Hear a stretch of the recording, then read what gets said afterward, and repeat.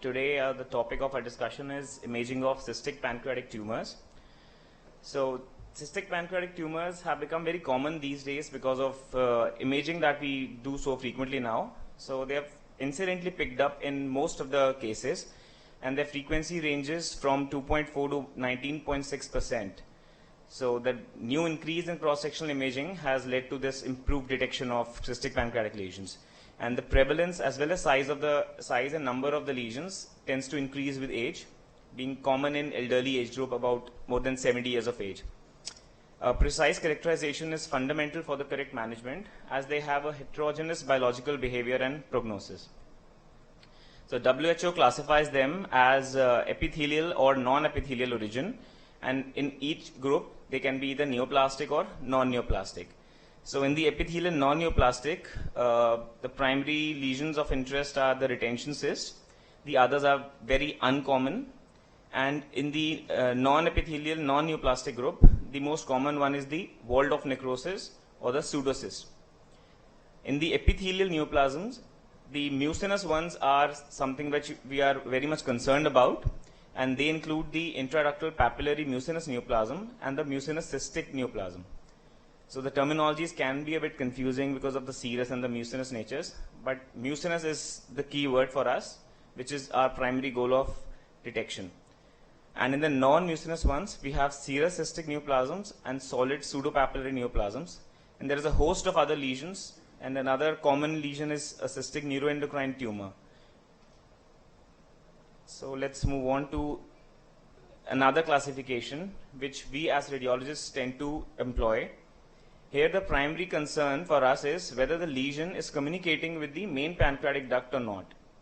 So if a lesion is communicating, we have a neoplastic variety and a non-neoplastic variety. In the non-neoplastic variety, we have walled-off necrosis and almost all the other lesions.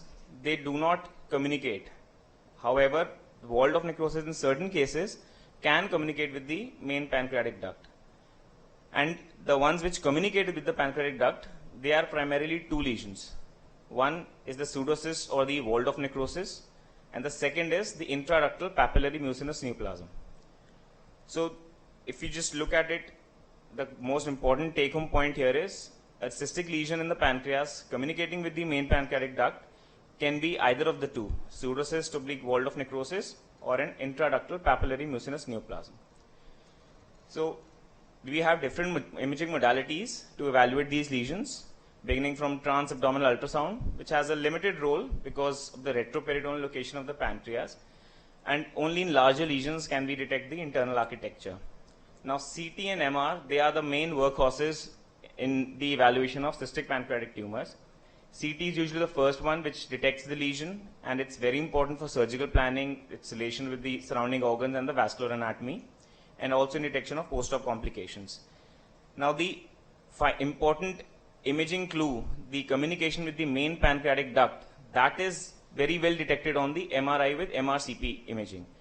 And the internal architecture of a cystic lesion is also very well appreciated on the MRI because of its higher soft tissue contrast resolution. Now a newer thing, the EUS, relatively not so new now. This is an ultrasound modality which goes very close to the lesion and allows us to visualize the internal architecture very well. But the main role here is sampling. So EUS guided sampling is the most important application of EUS. So let's begin with the non-neoplastic cystic lesions, the most common being the pseudocyst, which we all know is a peripancreatic fluid collection with well-defined walls and contains amylase-rich fluid. It's usually a delayed complication of interstitial pancreatitis, which develops after 4 weeks.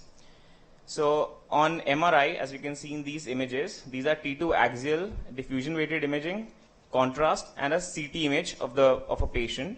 Here we can see a thin-walled cystic lesion in the body of the pancreas, which does not show any diffusion restriction and shows no internal enhancement.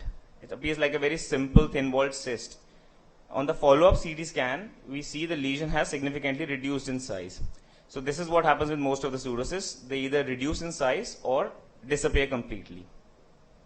And importantly, they do not have any solid internal components. They are like clear, simple cysts. Now, correlation with clinical history of acute pancreatitis is very essential for the diagnosis of pseudocyst, because purely on imaging, it can resemble many other cystic lesions.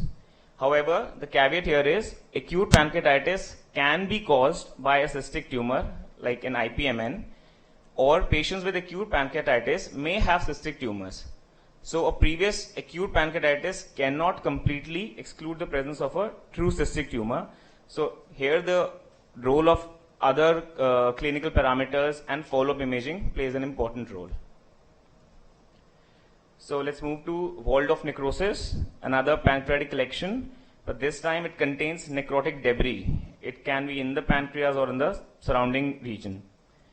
So on MRI, the important finding is intracystic non-liquefied debris, which is the necrotic material. It can be fat or pancreatic parenchyma which is necrosed, or hemorrhagic component. And this is the highly specific MRI finding. In this patient with necrotizing pancreatitis, we see almost the whole pancreas is necrosed and the collection is formed. And on follow-up scan, this is the T2 weighted MR image.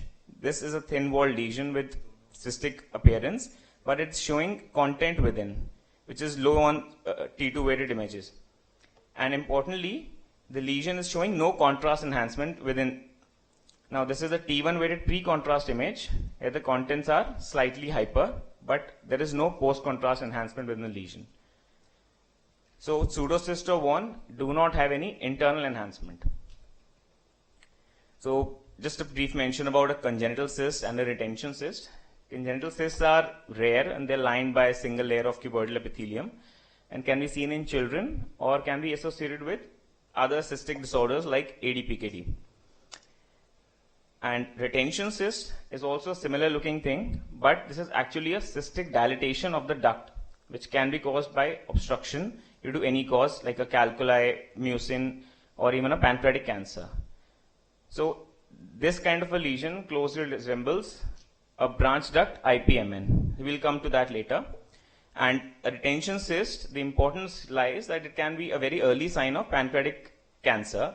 So that's why the importance of follow-up imaging in cystic pancreatic tumors is highlighted. Like in this case, a T2 MR image, this small cystic lesion can be seen within the pancreas, and it's lying very close to the duct in the MRCP image, and in such cases the communication can be indeterminate. Pathologically they do not communicate, but on imaging they can be a close call. So coming to the cystic neoplasms, beginning with the serous cystic neoplasm. Now this is a benign lesion which is formed by multiple cysts rich in glycogen, and they are epithelial origin. Its common location is the head of pancreas, tends to occur in females in the 50s or 60s. So it's like a grandmother lesion occurring in the elderly age group. When small, they can be asymptomatic. Larger lesions can cause obstructive chronic pancreatitis with non-specific pain or diabetes. On imaging, the patterns can be a microcystic appearance, a macrocystic, or an oligocystic, where the number of cysts is low, or a honeycomb pseudosolid appearance. So let's come to the images. Now in this coronal MRCP image, it's a T2 weighted MR. So primary imaging sequence for such lesions is the T2 MR. Now here we see a large cystic lesion. It has multiple cysts. This one is pretty large, but the rest of the cysts are smaller. And on the CT, corresponding CT image of the patient, we see there is central calcification. This is the calcified central scar. Now since this lesion is pretty large, it has caused some ductal dilatation also. So the primary features for diagnosis of a serous cystic neoplasms are multiple microcysts, which are smaller than 2 centimeter. This is a bit of a less common appearance. The lobulated margin, we can see how the lobulations are there because of the multiplicity of the cysts, and a central stellate scar which can be calcified. So these are benign lesions, so no follow-up is required, and resection can be considered in cases which are symptomatic and large. So this MRCP image shows the upstream ductal dilatation very well in this huge serous cystic tumor. Now in another case, we can appreciate the classical features much better. Now this is the classical multiple microcystic appearance of the serous cystadenoma, serous cystic neoplasm. And in the central part is the fibrous stroma and the calcified scar. And since this lesion was large, it caused compression of the bile duct and upstream biliary dilatation, as you can see in this image. Now, an association of the serous cystic neoplasms is the von Hippel-Lindau syndrome, which is associated with lesions in the brainstem, the hemangioblastomas. Like in this sagittal MR, contrast-enhanced MR image, we see enhancing nodules within the cerebellum. And on the T2 MR, we see multiple cystic lesions distributed throughout the pancreas. So VHL is associated with multiple serous cystic neoplasms. And the third association of VHL is a paraganglioma, which is seen adjacent to the abdominal aorta, intensely enhancing on the arterial scan. Moving on to the mucinous cystic neoplasm. Now, mucin-producing epithelial cells supported by ovarian-type stroma is what histologically defines these lesions. And they are almost exclusively in females because of this ovarian type of stroma, and tends to occur in middle-aged females in their 40s or 50s. And the location is mostly in the body or tail of the pancreas. Now, histologically, they show a wide spectrum of abnormality, from low intermediate grade dysplasia to, in certain cases, higher grades of dysplasia or even invasive carcinoma. And the symptoms, again, non-specific ones, abdominal pain, discomfort, and only larger ones or invasive lesions do produce symptoms such as weight loss and jaundice. So on imaging, these ones tend to appear more rounded compared to the lobulated appearance of serous cystic neoplasms and have sharp margins, and they may show T1 hyperintense contents because of protein or hemorrhage within. Now, they can also be morphologically two types, a macrocystic multilocular type or a macrocystic unilocular type. So this macrocystic unilocular is an imaging conundrum for all, because it can be because of a number of histological causes. So on this T2 MR image, we see a hyperintense, well-defined cystic lesion with slightly thickened wall, and on contrast, we see it has no internal enhancement. But on this MRCP image, we see there is mild upstream ductal dilatation. So this should prompt us to think of something sinister and not just a simple pseudocyst or a serous cystic tumor. So there are certain signs in radiology which can help us predict malignancy in such cases to some extent, like the papillary vegetations or nodules, septae, a thickened wall, or overall lesion size more than 7 centimeter, or hyperintensity of the contents on T1 varied imaging, and then the obvious signs like infiltration of adjacent organs and metastasis. So the presence of 3 or more of these features can suggest malignancy with an accuracy of 91%. So because of this risk of malignancy in almost all mucinous cystic neoplasms, they are resected in most cases. So on this axial MR image, we see a large lesion in the tail region of the pancreas. Now the lesion shows these multiple septations within. So this is a slightly complicated appearing cyst in the pancreas.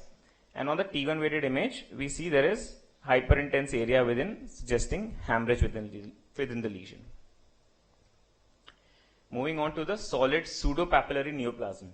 So this is actually a solid tumor, but because of its frequent association with central necrosis and hemorrhage, cystic change and hemorrhage, this is also considered amongst the cystic neoplasms of the pancreas.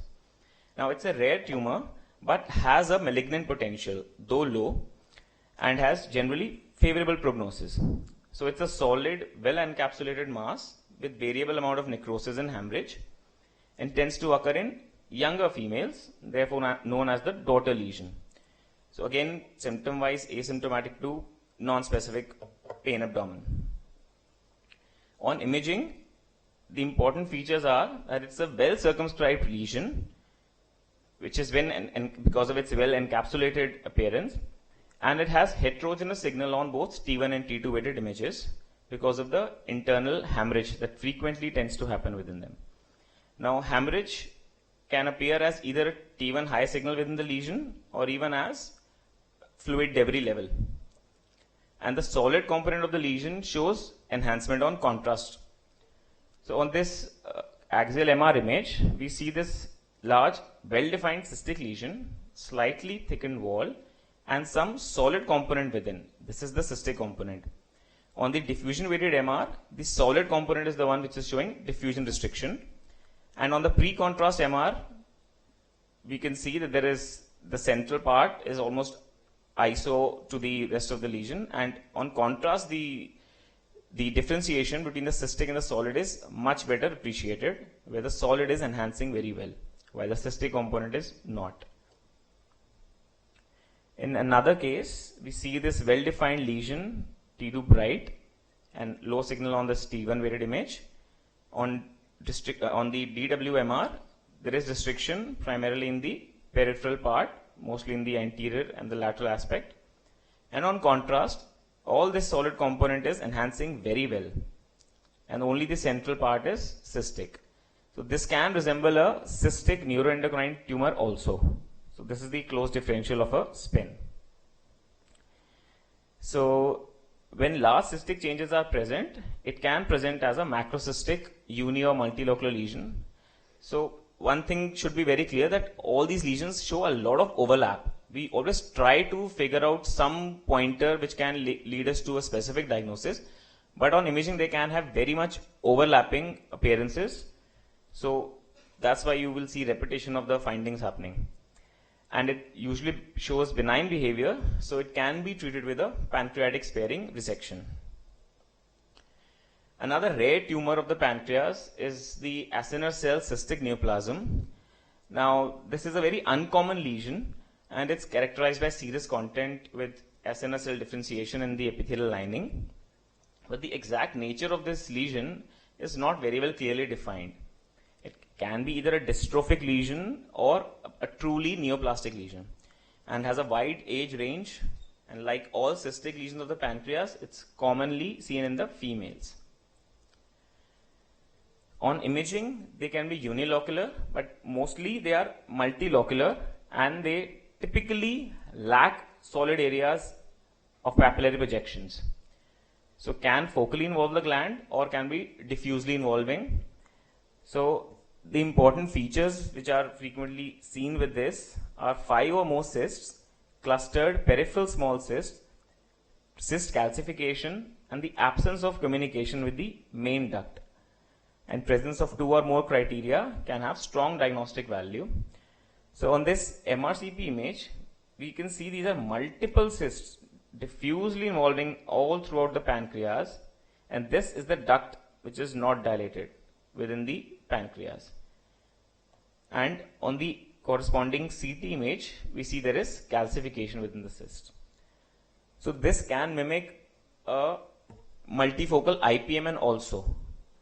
So these lesions, though they are very rare, if this kind of an appearance is seen, we have to try to look at the ductal communication of these cysts.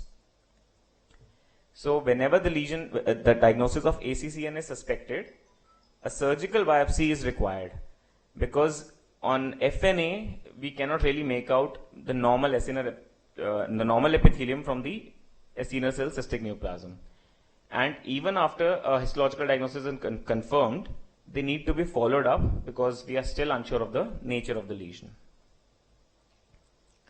Now moving on to the most common cystic neoplasm of the pancreas, the IPMN.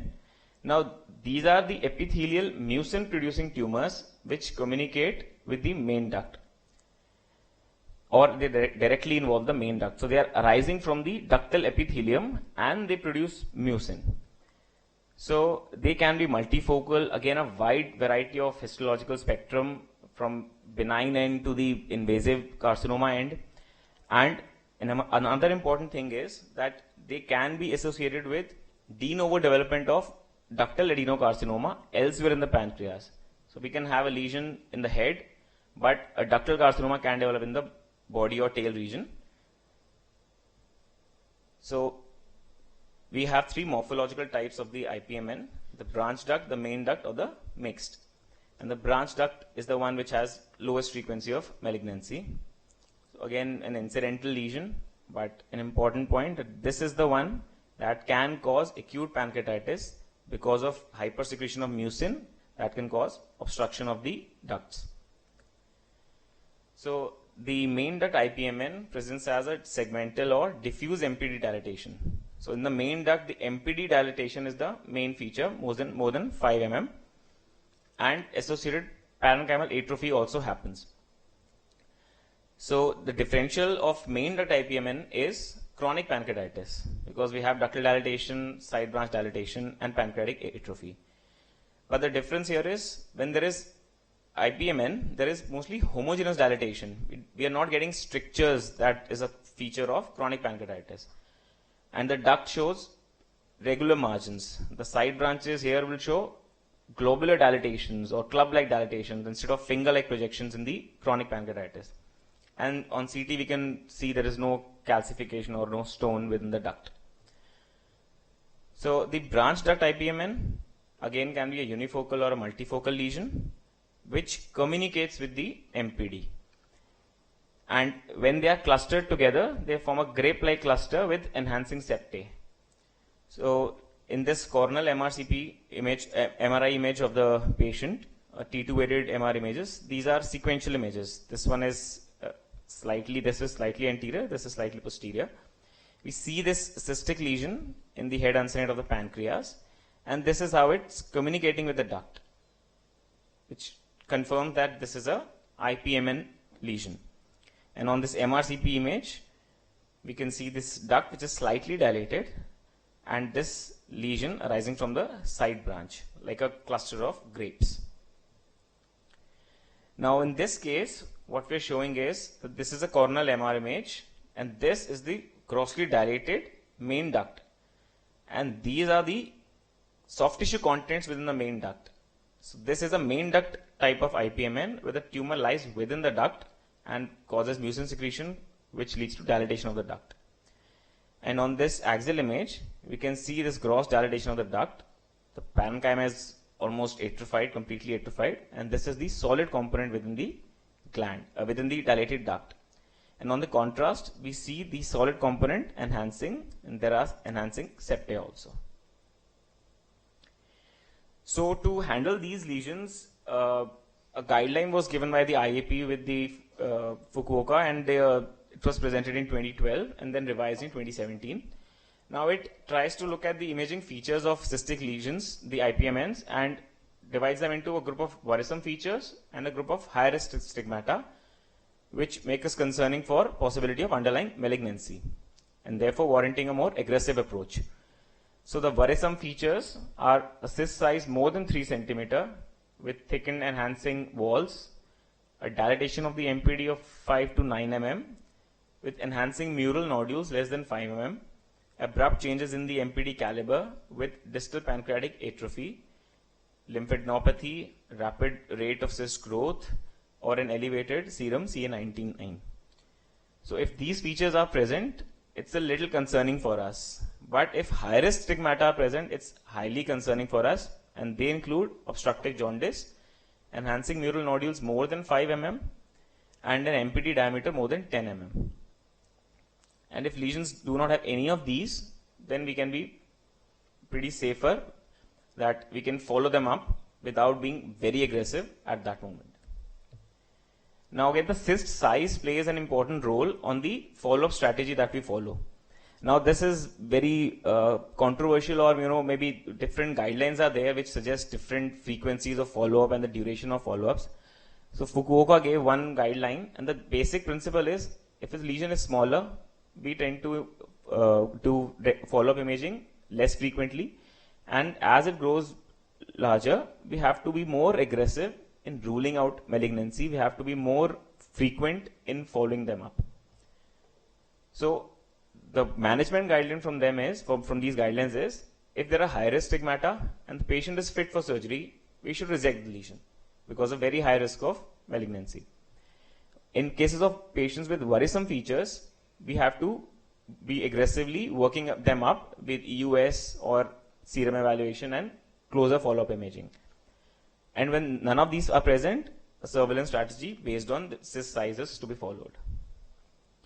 So the final decision on treatment therefore should be individualized and should not just be based on the morphological appearance on imaging, but also in the presence of symptoms, the patient's life expectancy, the comorbidities, the operator risk, cyst location, and the extent of surgery.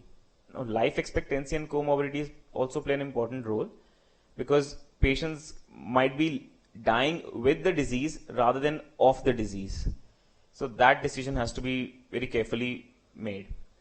Now, the surveillance for ductal adenocarcinoma is also required in patients who have even undergone the resection for an IPMN because the overall risk of malignancy is still there. And there are other guidelines, the European guidelines, ACR, so we can't go into all of those. Now, and the role of EUS, FNA and cyst fluid analysis. So all of these, some of these lesions have typical features on the fluid aspirates. Like the pseudocyst will have high amylase because it's pancreatic fluid rich. The important tool that we use to identify mucinous versus non-mucinous, because mucinous is our target because of higher risk of malignancy. So to detect those, we use CEA and serum glucose. And an amylase of less than 250 would almost exclude a pseudocyst. So other investigations can also be done on the fluid aspirate. We'll come to that. So let's come to the recent advances in the evaluation of cystic pancreatic tumors. Now, radiomics is coming up these days in wide range of clinical scenarios. Now, it's the analysis of mathematically derived textural features from cross-sectional imaging. And these are the features which we cannot assess by naked eyes. So these are statistical parameters. And machine learning algorithms are then applied on these features for classification of the cyst. And the objective of these advances is to better characterize the lesion and to pick up the lesions which are most likely to develop into a malignancy. So there is molecular markers that can be tested on the cyst fluid aspirate using next generation sequencing. Specific mutations, they can be detected. And there is a wide range of mutations that can be detected like KRAS, CDKN2A, P10 or TP53, which are seen in the pancreatic ductal adenocarcinoma. And if they are detected in a cyst, then the possibility of it being malignant increases. But these are all still in the research domain, haven't been thoroughly incorporated into guidelines. Like the dual presence of the KRAS and GNAS mutation in mucinous cystic lesions has shown a good sensitivity and a very high specificity of 99%. Now there are advances in the interventional diagnostic approach with the EUS, where we can, with this EUS guided needle confocal laser endomicroscopy, what we do is we put in a thin microscope through the EUS needle and we directly visualize the epithelial wall of the cyst. And even those ways are being used to analyze the lesions and characterize them further. But all these lesions, anything more than an aspiration, would subject the patient to an increased risk of complications like pancreatitis. Another thing is an EUS guided MFB or a Moray microforcep biopsy. Here we're trying to take a sample of the cyst wall, but again the risks of complication like hemorrhage and pancreatitis tend to increase. Now, contrast enhanced ultrasound in the EUS has also been applied. The primary role is to find out enhancing component within the cyst, because enhancing component within a cyst will divert us away from a pseudocyst or a wall-of necrosis to a truly neoplastic pancreatic cystic lesion. But it has not really been very successful. So to conclude, the pancreatic cysts are a heterogeneous group in terms of biological behavior, prognosis and management strategies. Therefore, the characterization is fundamental to their management. Now, imaging has a significant role from detection to characterization to follow-up, and especially the MRI with MRCP. And the important feature for which is used to assess the lesions is communication with the MPD and the location and morphological features. So the mucinous lesions with high-risk stigmata should be resected in patients fit for surgery, and who do not have such features need to be followed up. So, thank you very much.